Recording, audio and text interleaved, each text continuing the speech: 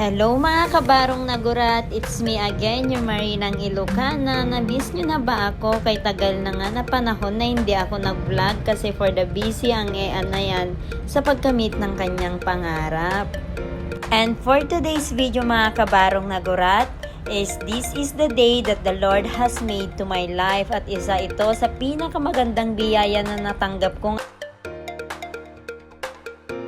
At eto na nga mga kabarong nagurat ay papunta na ako sa kumpanya namin para kunin ang plane ticket ko kasi ito na yung araw, oras at pagkakataon na binigay sa akin ni Lord para masimulan ko na ang matagal ko nang pinapangarap na makasampa sa international vessel. Touchdown mga kabarong nagurat, eto na nga at papasok na tayo sa company ko. Bali, andito na nga ako sa elevator mga kabarong nagurat. Kasama ko ang tatlong bagahe ko dahil sa 12th floor andun yung office namin. And finally, narating ko na rin ang aming office mga kabarong nagurat, ang Anglo-Eastern Shipping Company. Yes, Bob. Sige. Yung video. At pumasok muna ako dito sa may CR para mag-fit check and mag-retouch para fresh tayo sa airport mamaya.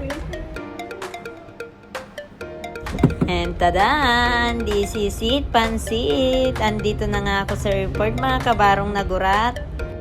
Sa pagkakataong ito mga kabarong nagurat, hindi pa kami pumapasok dahil hinihintay pa namin yung isang kasama naming magjo-join sa barko. Bali, tatlo nga pala kami mga kabarong nagurat.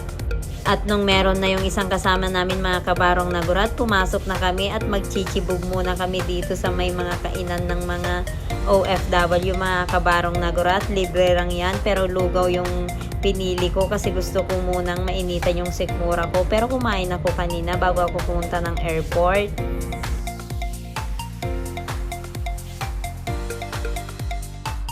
And after namin kumain, eto na at pipilan na kami sa may check-in mga kabarong nagurat.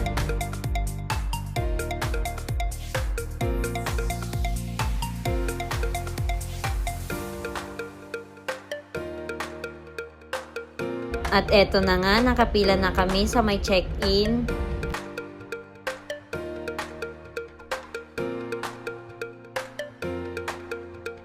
At nilagay ko na rin mga kabarong nagurat yung baggage kong dalawa kasi itong isa ay hand carry ko na to. After namin i-check-in yung mga baggage namin mga kabarong nagurat, eto na at pumila na kami sa may migration. At alam nyo ba mga kabarong nagurat,